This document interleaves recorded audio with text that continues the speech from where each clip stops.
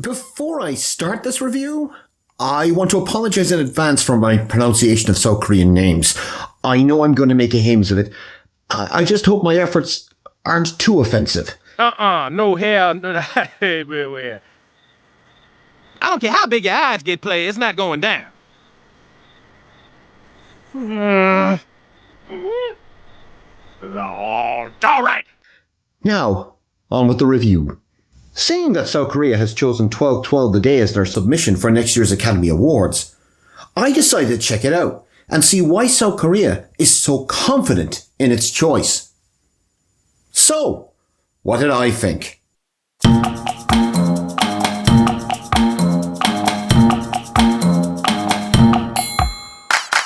(1979), and after the assassination of President Park, South Korea is in a state of martial law. Security Commander Chun Do-kwang, played by Wong Young-min, and the officers loyal to him intend to stage a coup. However, Lee Tae-shin, played by Wong Woo-sung, the commandant of Seoul's military garrison, is determined to prevent it. With a Hollywood that for the last decade has been becoming more and more safe, producing less and less original work, and seemingly obsessed with endless remakes and cookie-cutter franchise pictures, cinema audiences have had to seek out other sources for groundbreaking and original films. And South Korea appears to have taken up the slack, producing works from Old Boy to Train to Busan, I Saw the Devil to the Academy Award-winning Parasite. 뭐야, 소독해? 창문 닫아. 나도 봐. 공짜로 집안에 소독도 하고. Now, we have 12/12, The Day, known in Korea as Spring in Seoul, a fictionalized account of the military coup on December the 12th, 1979. A film that I have to admit is one of the best political thrillers of the past 40 years. Director Kim Sung-soo, best known for crime thriller Asura, The City of Madness, has decided to recreate an event that, although a major moment in South Korean history, it's not discussed and it's not as well known or remembered here in the West. Outside of changing the names of the lead characters due to the strictness of South Korean libel laws, and a few fictionalized moments no worse than you'd find in any of its Western counterparts, I'm looking at you, Oliver Stone. We almost had Castro with us, then we tried to whack him. Everybody's flipping sides all the time. It's fun and games, man, fun and games. What about the mob, Dave? How do they figure in this? The agency too, man. CIA and the mafia working together, trying to whack out the beard, mutual interest. They've been doing it for years.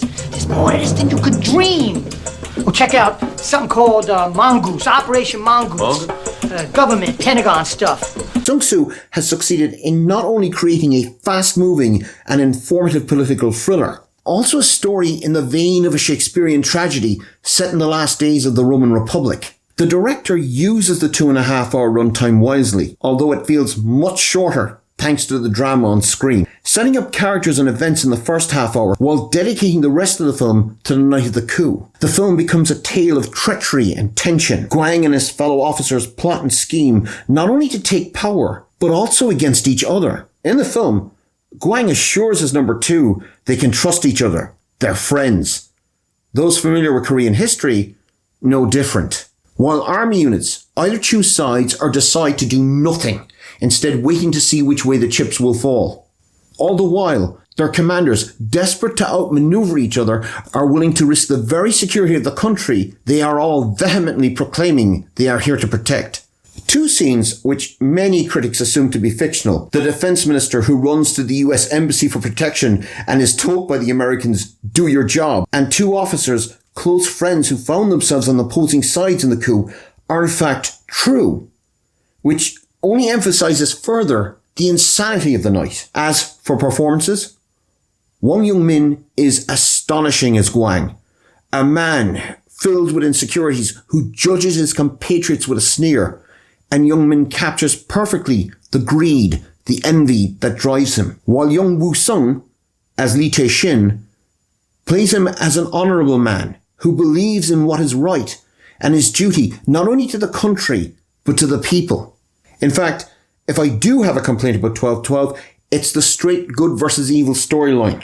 Based on real people, Gwang is based on the real president Chun Do-kwang, a man who is hated today.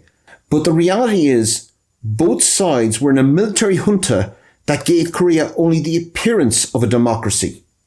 That it's not as simple as the film made out.